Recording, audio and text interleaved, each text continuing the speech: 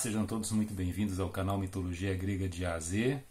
Meu nome é Sérgio Paulo de Melo Feitosa, sou mestre em Ciências da Religião e psicólogo clínico, e é um prazer estar aqui mais uma vez trazendo um conteúdo relacionado ao mito grego. Fiquei um período afastado, mas estava resolvendo questões de saúde, inclusive cheguei a positivar o Covid. Felizmente não tive tanto sintoma, então precisei ficar em repouso. E enfim, outras questões pessoais que acabaram me afastando aqui da postagem. Mas estou retornando e vamos agora buscar manter esse conteúdo semanal que é a proposta do nosso canal aqui. Nós estamos dando continuidade à questão dos amores humanos de Zeus, né? Então, como a gente viu nas últimas postagens, os amores humanos de Zeus são muitos. Então eu vou aqui dividir esses amores.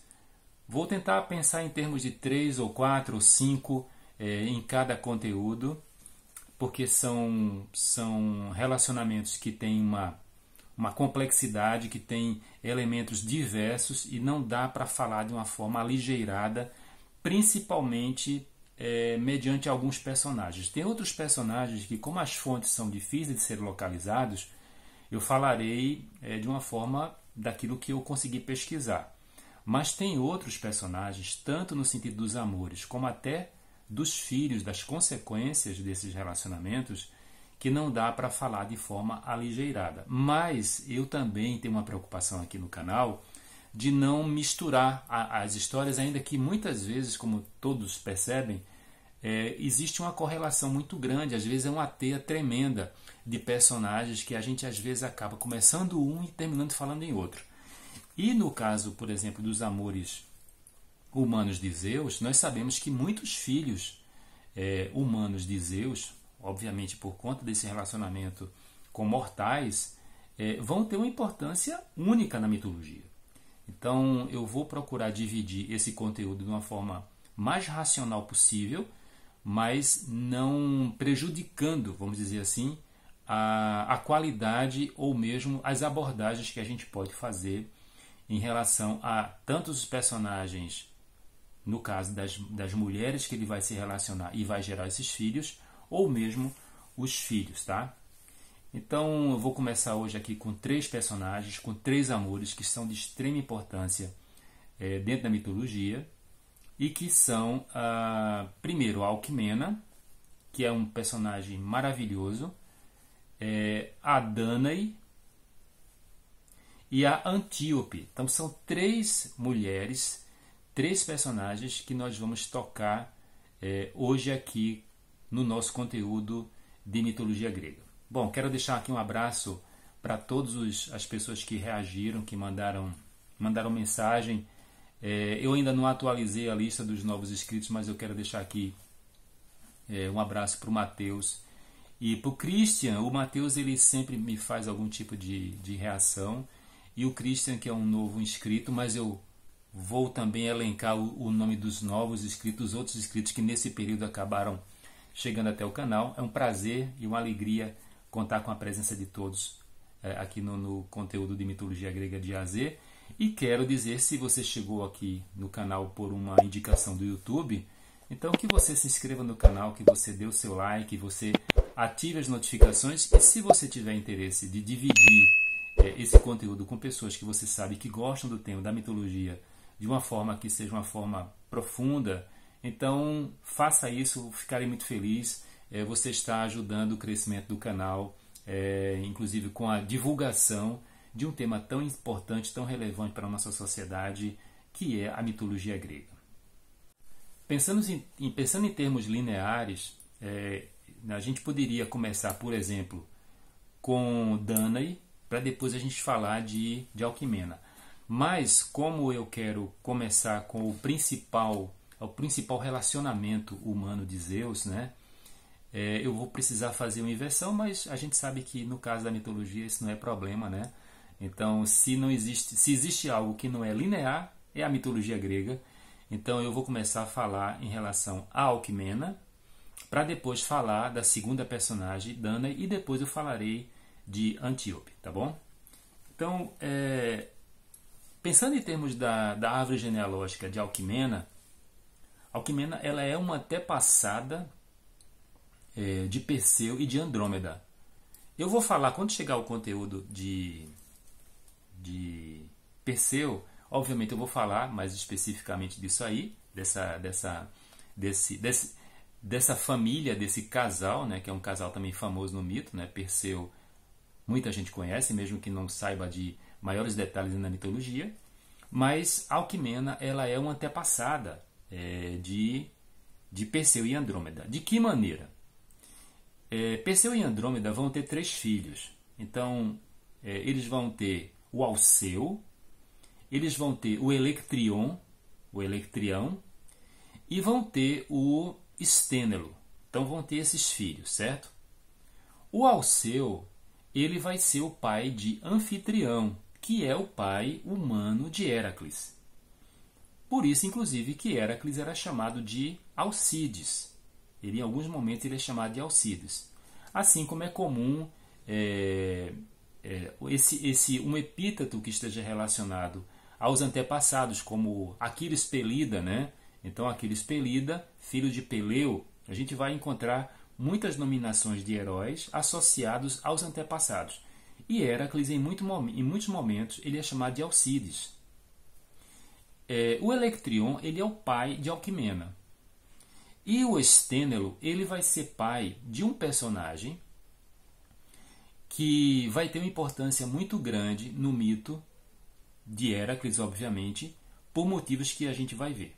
Bom, então assim, a etimologia do nome de Alquimena é um tanto quanto indefinido. Os estudiosos, inclusive o Junito fala que parece que se aproxima a Alquimena com repelir o inimigo, como defender-se, né, como confrontar o inimigo. Então, de uma certa forma, o mito já mostra que o personagem era um personagem bem forte, né?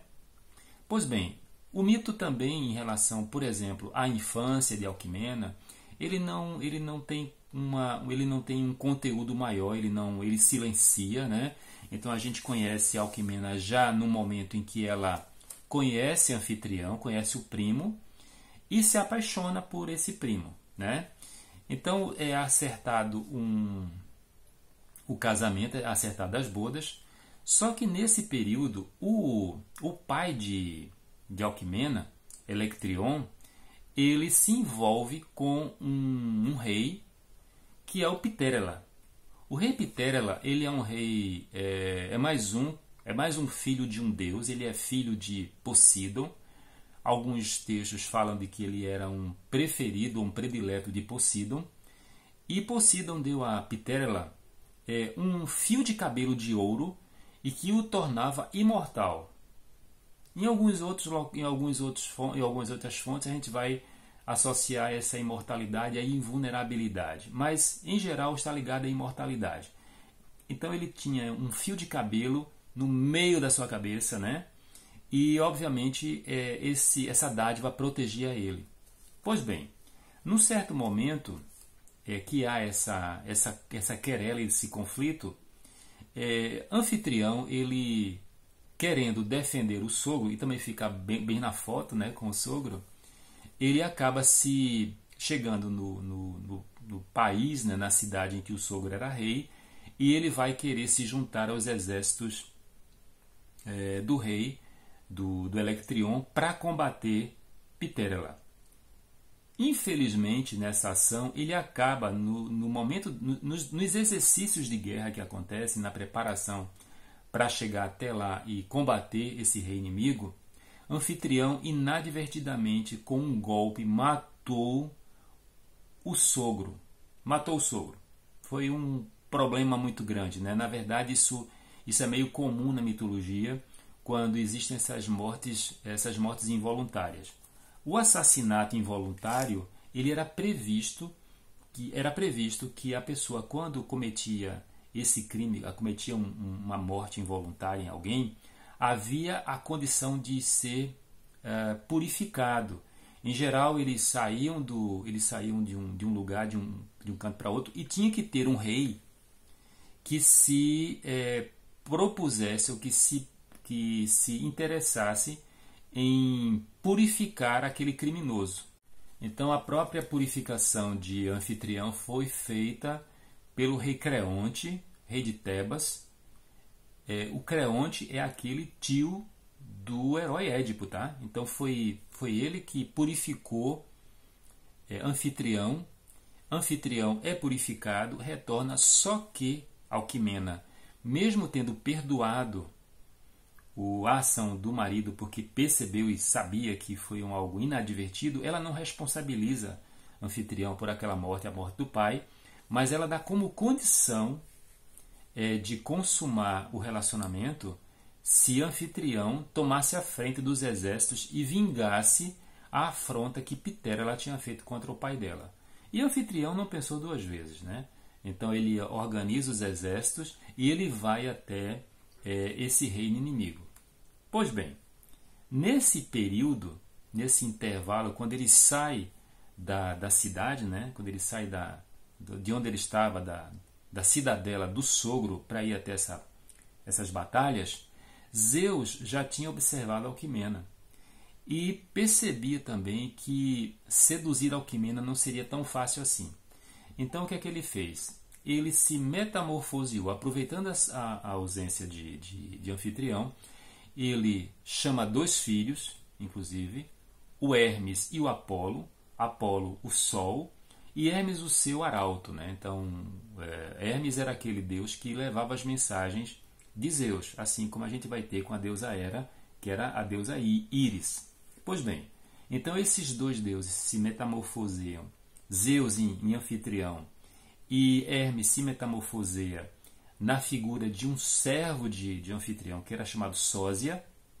Esse nome, inclusive, é o Sósia, que a gente vai conhecer no português, né, que é o igual, né, que é o parecido, né, tão parecido que é igual, né, o Sósia, para com que o estratagema da sedução desse certo.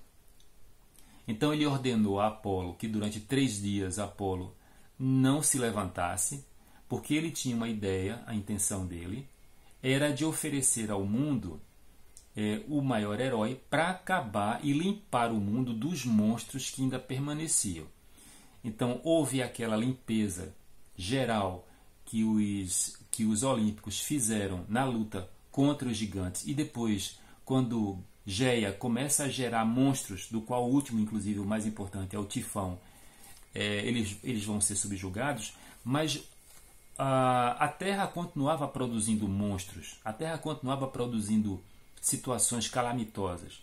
Então Zeus quis que o seu descendente fosse exatamente esse herói que iria ajudar a humanidade. Zeus usa esse estratagema da metamorfose, então ele se transforma na figura de Anfitrião.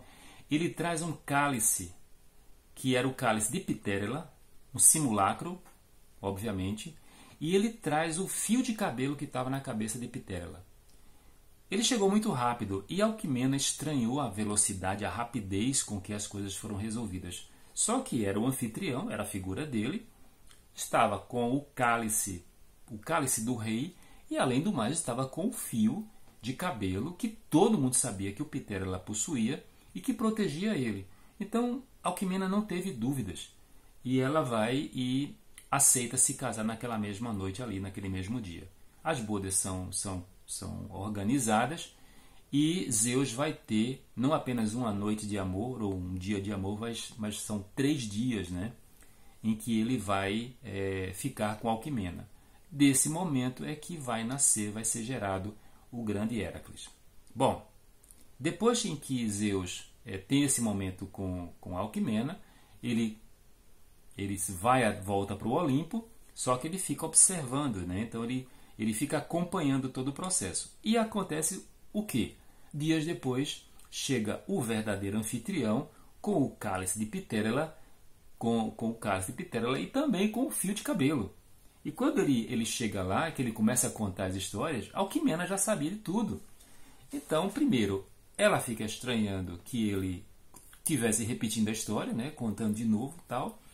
E ele, por sua vez, fica curiosíssimo como é que ela sabia.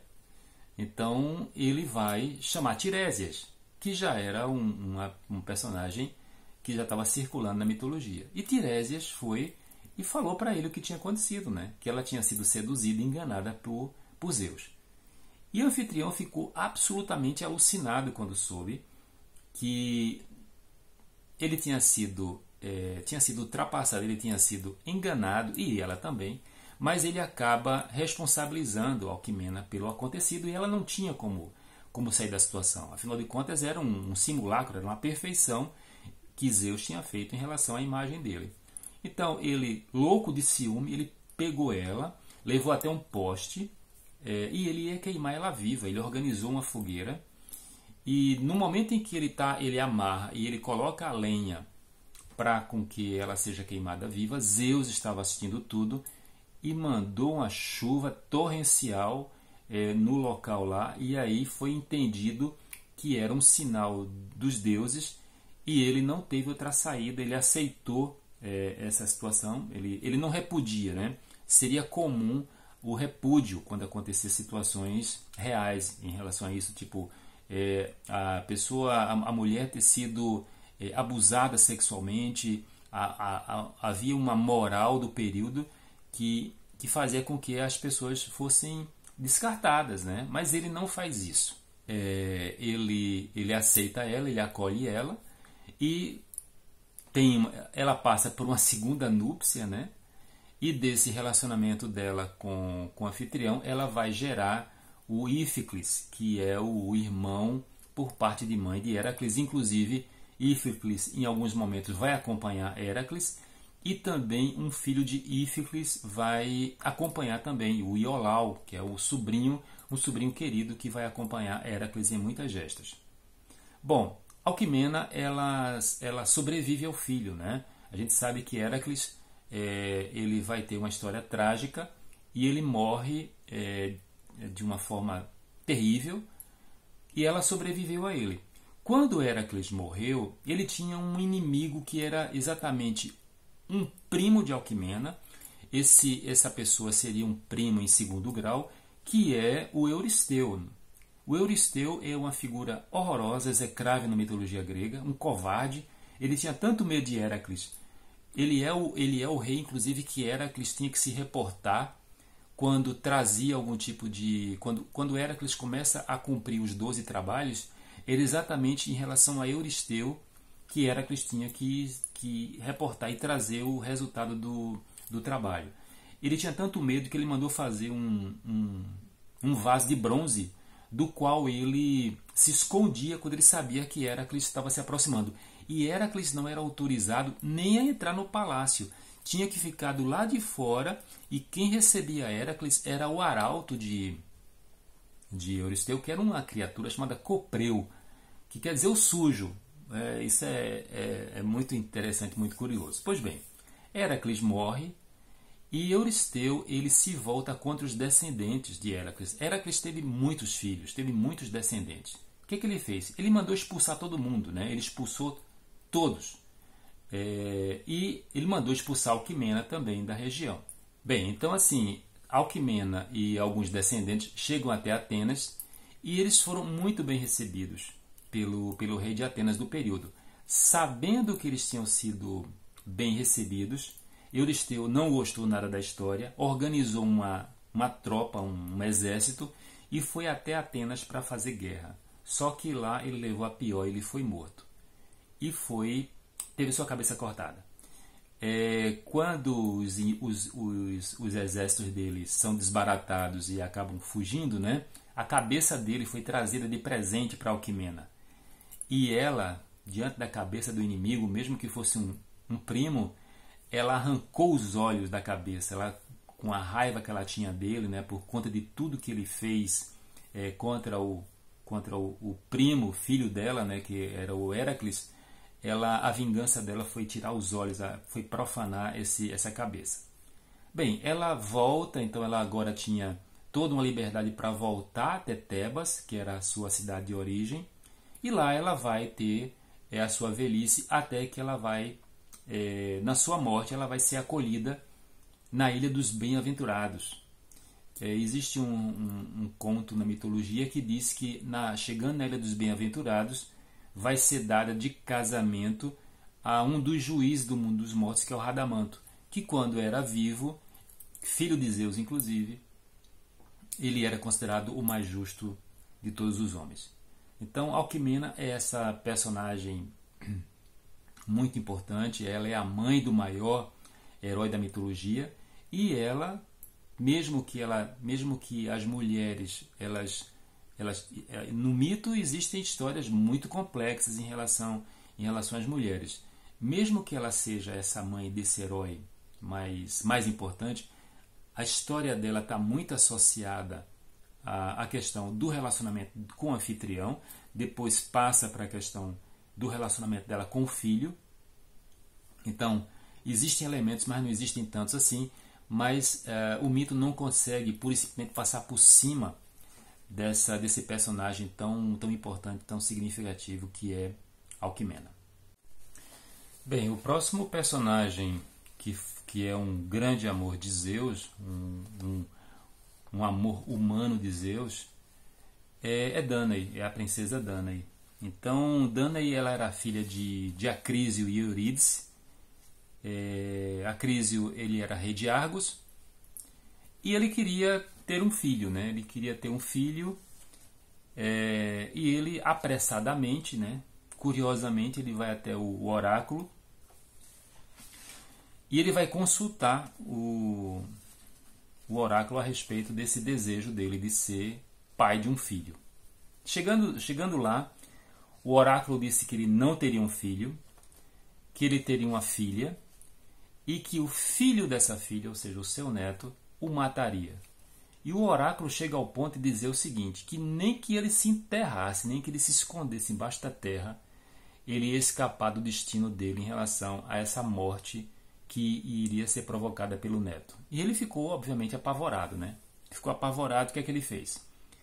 Ele manda, quando a filha atinge a idade núbil, né? A idade do casamento, a idade do relacionamento, até porque, como era uma princesa, então era natural que acontecesse uma peregrinação de reis e príncipes, querendo aumentar suas terras, seu poder, né? Até as cidades que eles sabiam que existia alguma princesa ali solteira. Então o que é que ele fez?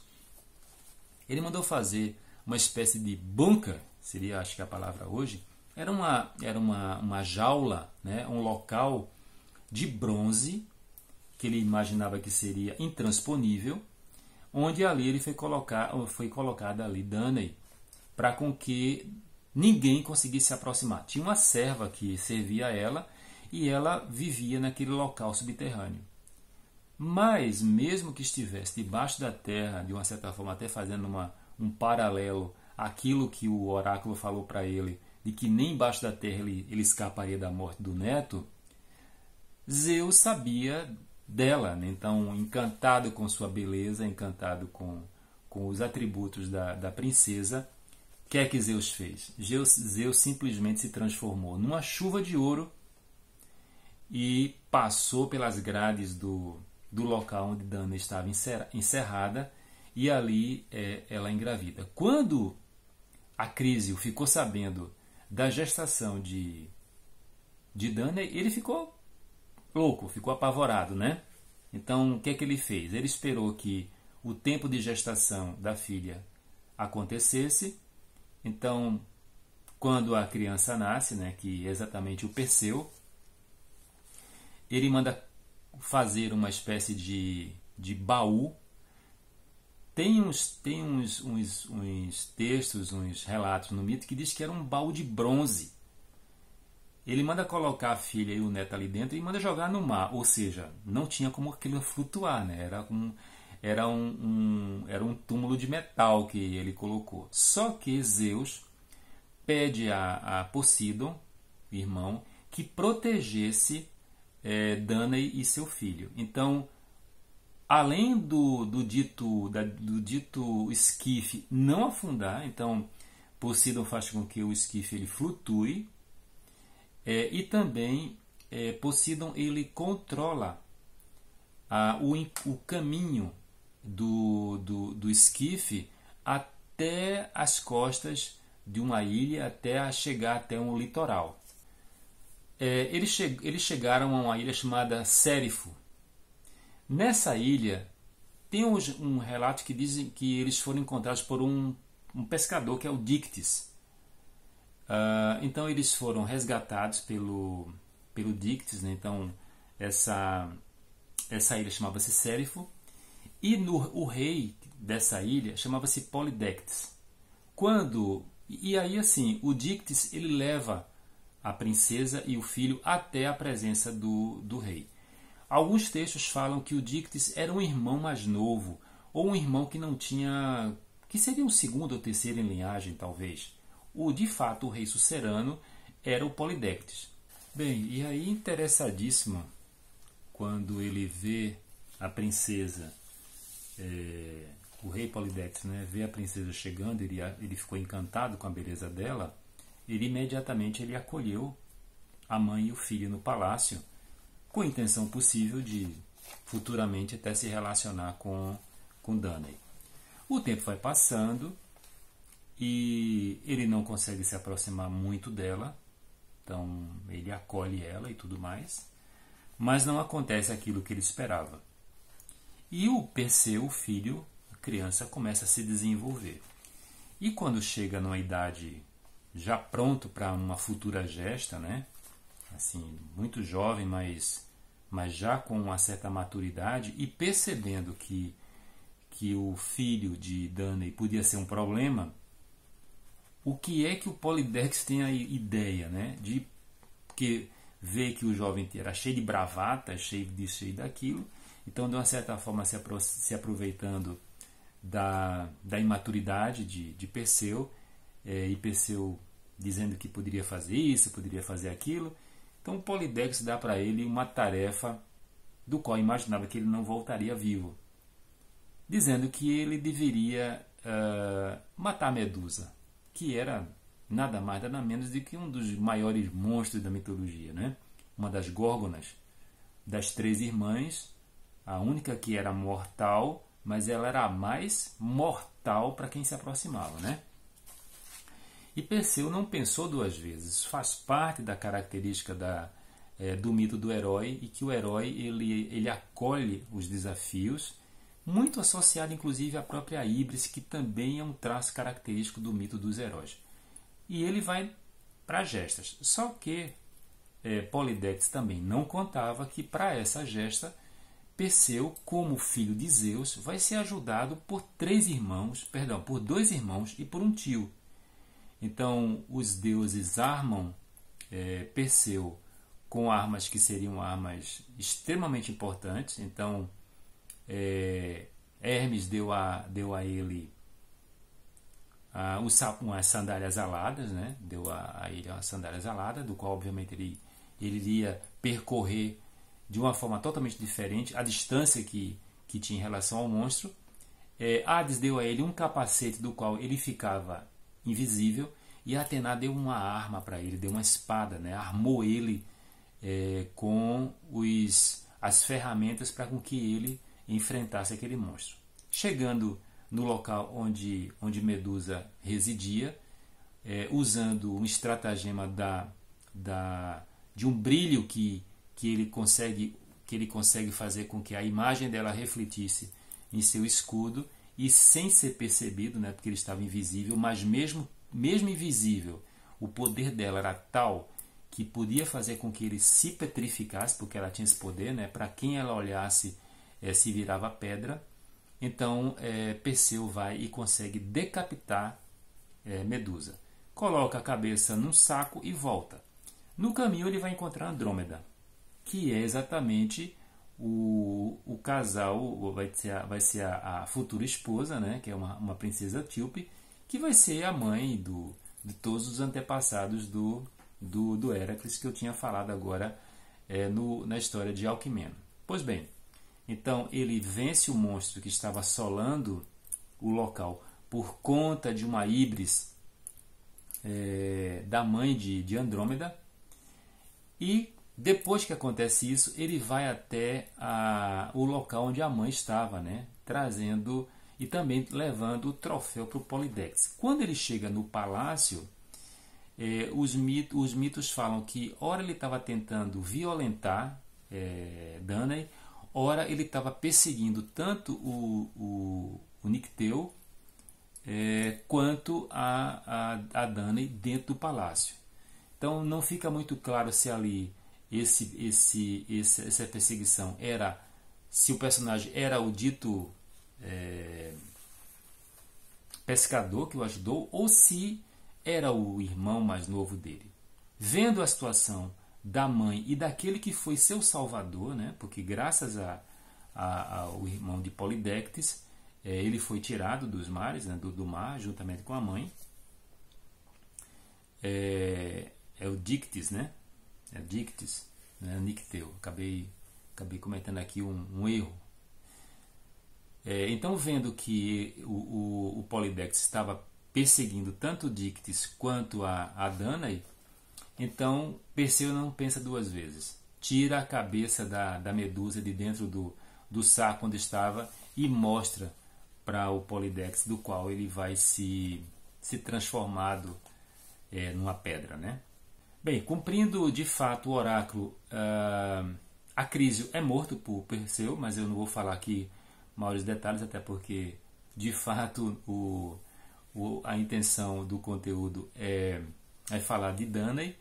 Então ela é levada para a sua cidade de origem, né, para Argos, para o seu local de origem, porque ela tinha o desejo de passar o resto dos seus dias com a sua mãe, que era a Eurídice, que não é aquela Eurídice do Orfeu, tá? É uma outra Eurídice. Então ali ela vai passar a sua velhice, tanto ela quanto a sua mãe, até que chega o momento em que eles são levados para o mundo dos mortos. Então essa é a história de Danae. Há ainda uma história mais tardia que dá a condição de Danae de ter sido uma fundadora de uma cidade chamada Ardea, ou Ardeia. Então ela vai ter essa presença no mito desde lá. Também, igualmente a Alquimena, não há registros dela criança. Ela já entra no mito na idade núbio, né? Da idade em que ela tinha que casar, que é quando o Acrísio recebe toda aquela informação do oráculo. Bem, o último personagem é Antíope, que ela era filha de um rei tebano, que é o Nicteu, e a sua mãe chamava-se Polixo. E a história de Antíope é um pouco trágica, né? Trágica. Ela foi violentada por Zeus, ela estava no campo quando ela foi vista por ele, e ele se transforma, ele se metamorfoseia em sátiro e violenta ela. Quando o pai dela soube o que tinha acontecido, ele fica louco, ele enlouquece. Ele chega ao ponto de se suicidar quando soube da situação. E o que ele fez? Ele forçou o irmão dele, que é o Lico, a vingar a afronta. Ele responsabiliza a filha. E ele se enforca, né? Antíope, ela foge. Quando ela percebe que estava gestante e sabendo do comportamento do pai, do que o pai tinha pedido para com que vingasse ela fugiu para uma cidade, a cidade de Sicyon, do qual um herói chamado Epopeu, que eu já comentei rapidamente dele aqui no canal, ele reinava. E ela vai pedir asilo no reino de Sicyon. E Epopeu acolhe ela. Lico, sabendo de que Epopeu tinha acolhido a fugitiva sobrinha, ele organiza uma expedição e vai até Sicyon. Ele cerca Sicyon e ele consegue matar Epopeu.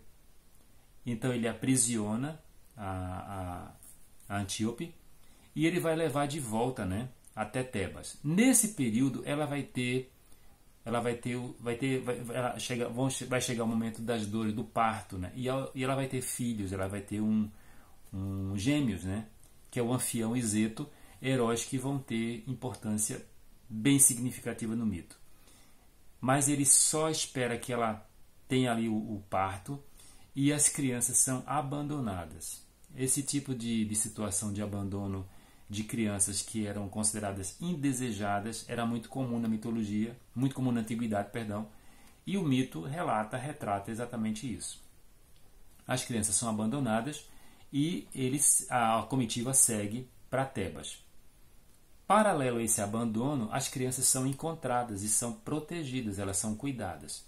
Pois bem, quando Antíope é levada até Tebas, ela não é morta, ela se transforma, ela é transformada pela tia numa escrava. Essa tia chamava-se Dirce. Então a princesa é transformada numa escrava e passa pelos maiores sofrimentos, passa por maiores torturas, sem ter para onde fugir. Vivia acorrentada, até que Zeus, também observando o que essa princesa que atraiu ele estava passando, ele fez com que as cadeias abrissem e ela conseguiu fugir. Mas isso depois de passado anos, porque quando ela consegue fugir e ela vai em direção lá para a antiga rota onde Epopeu tinha sido rei, ela vai chegar no lugar onde os filhos estavam crescidos, Anfião e Zeto. Só que no percurso ela vai ser perseguida por sua vez pelo tio Lico. Ela reconhece os filhos. Os filhos, pela maneira como talvez ele se comportasse, ela vai identificar, só que eles não identificam ela de imediato. Então o Lico chega, diz que era uma escrava que estava perdida ali e retoma essa pessoa, aprisiona novamente, né? Num certo momento, os jovens eles percebem que de fato estão ali diante da sua mãe e vão agora procurando livrá-la. Chegando lá, eles vão confrontar tanto o Lico quanto a Dirce em relação a quem de fato era aquela pessoa ali, e fica claro que de fato era a mãe deles. E eles não pensam duas vezes, eles matam tanto uma quanto outra, tanto o rei quanto a rainha, né? Tanto o tio em segundo grau, né? A tia em segundo grau, né? Tio-avô, né? Tio-avô e tia-avó. Só que a Dirce, ela era uma cultuadora de Dioniso. O que é que aconteceu? Quando Dirce foi morta, Dioniso provoca loucura. Ela sai pelo mundo até que ela chega num reino de um rei chamado Foco, que deu o nome à região da Fócida. A gente vai encontrar essa região com muita frequência na mitologia. E lá na Fócida, o rei apaixona-se por ela e resolve purificar. É aquilo que eu tinha comentado em relação, por exemplo, à purificação que Anfitrião precisou fazer, Héracles precisou fazer, e no caso aqui da Antíope, ela precisou ser purificada. Alguém tinha que se prontificar para ajudar, para com que os deuses tirassem a sua maldição. E aí o Foco ele vai se prontificar a ser o purificador, ele purifica Antíope e ela volta a sua memória, ela volta a sua razão, se transforma numa pessoa normal, inclusive vai se relacionar e vai casar com ele. Bom, então aqui nós falamos os três primeiros amores humanos de Zeus, né? São os três primeiros personagens de uma grande importância na mitologia, geram heróis super importantes. Então tem a geração de Héracles, a geração de Perseu, a geração de Anfião e Zeto. Talvez esses dois, talvez para a maioria das pessoas eles não sejam assim tão conhecidos, mas quando eu falar das gestas deles, vocês com certeza, aquelas pessoas que não sabem tanto, vão de imediato identificar a presença deles na mitologia. Então nós estamos aqui de fato dando continuidade agora aos amores humanos de Zeus. Quero deixar aqui um forte abraço a todos, dizer que se você chegou até aqui ao conteúdo que está sendo exposto, quer dizer que você gostou, e vou pedir que você se inscreva no canal, que você dê o seu like, que você ative as notificações, divulgue o canal para pessoas que você sabe que gostam do conteúdo de mitologia grega. Passei um pouco, algumas semanas ausentes do canal, expliquei isso no começo, mas vou procurar manter essa frequência semanal porque é interessante, né? E eu tenho bastante conteúdo em relação a aquilo que a gente está se propondo a apresentar e deixar aqui nesse debate e nessas reflexões em relação ao mito. Um prazer contar com a presença de todos. Então você está no canal Mitologia Grega de A a Z.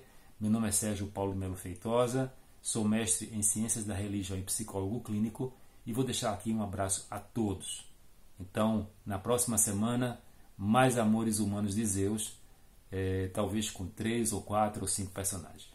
Um forte abraço a todos e até um outro momento, até breve. Até mais.